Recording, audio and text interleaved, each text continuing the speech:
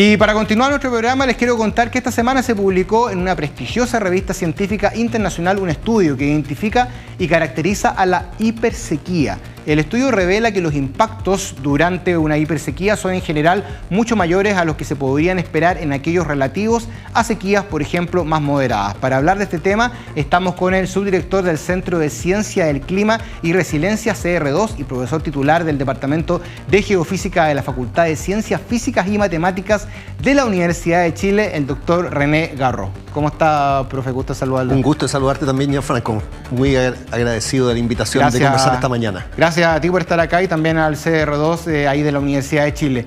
Primero que todo, quiero preguntarte por qué hablamos ahora, uno dice sequía, después mega sequía y ahora hipersequía.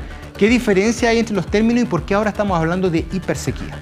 Tienes razón de que le hemos puesto varios subtítulos a la palabra sequía, ¿cierto? Chile es un país, especialmente la zona mediterránea, es una zona que tiene muchas fluctuaciones y ciertamente convivimos con años secos que le llamamos sequía. Por ejemplo, este año, pese a la creencia popular, dado que tuvimos precipitación hasta septiembre, estamos 20% en Santiago menos que el promedio, así que califica como sequía. Ahora, nosotros el año 2014 empezamos a detectar que ya llevábamos muchos años en esa condición seca y de ahí surgió el nombre de la mega sequía, para referirse a un periodo que todavía fue transiente, ¿cierto? Duró prácticamente una década, pero queríamos diferenciarlo de la sequía común que usualmente dura un año en un periodo más seco, más prolongado en el tiempo. Y finalmente el 2019 pasaron muchas cosas y una de las cosas que pasó en Chile fue un año extremadamente seco. Claro que sí. Cuando hablamos de sequía hablamos de déficit del 20-30%. Eso fue el promedio durante la mega sequía. El 2019 solamente precipitó un 20% del promedio, o sea, el déficit fue 80 hasta 90%. Y mirando la historia hacia atrás nos dimos cuenta que años tan secos como el 2019 previamente habían ocurrido en un registro de 120 años en 1924, 1968, 1998, 2019 e incluso después tuvimos la sorpresa del 2021, como que se está acortando esta recurrencia. Le pusimos el subtítulo hipersequía justamente para diferenciarlo de las sequías comunes en que, como te decía, el déficit 20%, aquí el déficit es sobre el 80%.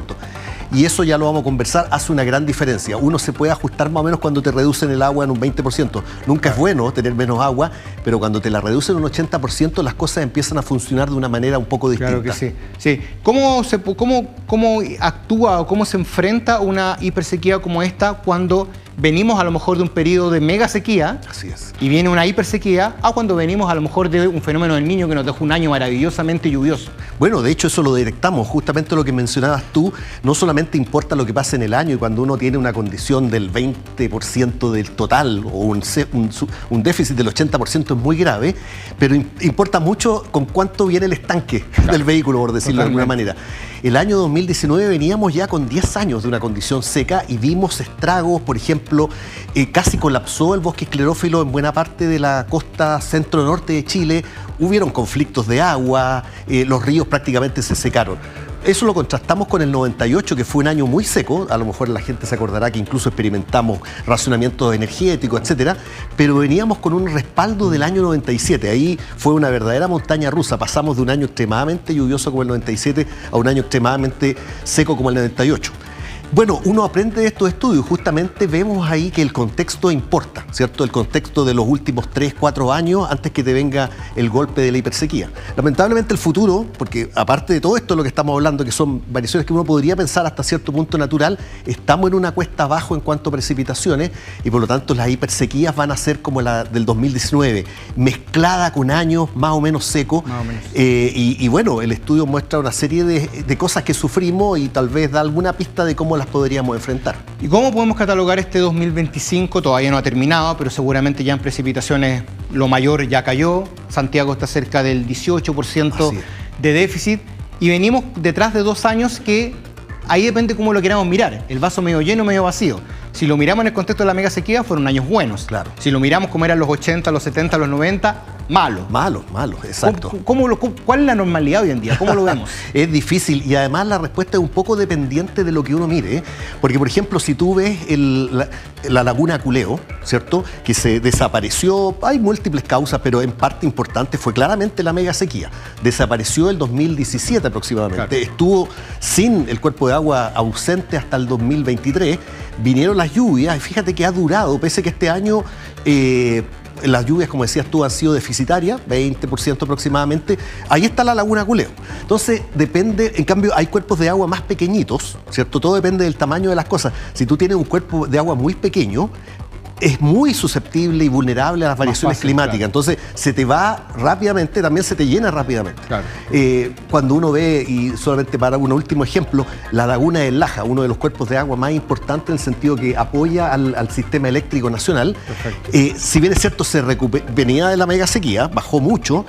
El 23 y 24 se recuperó un poco, pero no se recuperó completamente. Y este año no le he hecho ni cosquilla, en el sentido de que son cuerpos de agua tan grandes que un 20% claro que sí, cae dentro de su condición casi normalidad. Muy breve, porque estamos ya casi en el tiempo. ¿Podemos proyectar hasta cuándo es esto? ¿Hasta cuándo deberíamos tener esta extensión de sequía?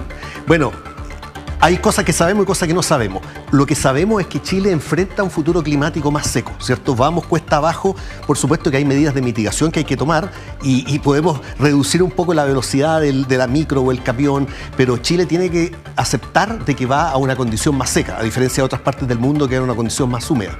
Ahora, los eventos individuales son los que hay que ver el día a día, ¿cierto? Claro. El pronóstico estacional, el pronóstico diario, porque nos vamos a encontrar con sorpresas de años tan lluviosos, incluso en un contexto más seco como el 2023, pero también años extremadamente secos como el 2021 o el 2019, así que muy atento al pronóstico del tiempo y al pronóstico estacional. Son buenos ustedes en la Universidad de Chile, ponen nombre a los fenómenos. Tenemos el escote del diablo, tenemos la mega sequía. Aprendimos que si uno no le coloca nombre a las cosas pasan inadvertidas. Así que muy lo bien. hacemos un poco por eso. Tiene toda la razón. Muchas gracias, doctor René Garraud, académico, investigador del Centro de Resiliencia del Clima de la Universidad de Chile. Muchas gracias por haber estado con nosotros. Gracias, Gianfranco. Hasta la próxima. Que esté muy bien, hasta luego. Y a ustedes los dejo invitados a que sigan este 3 en vivo. Nos vemos en otra ocasión en El Tiempo en tus manos. Un abrazo para todos, que estén muy bien.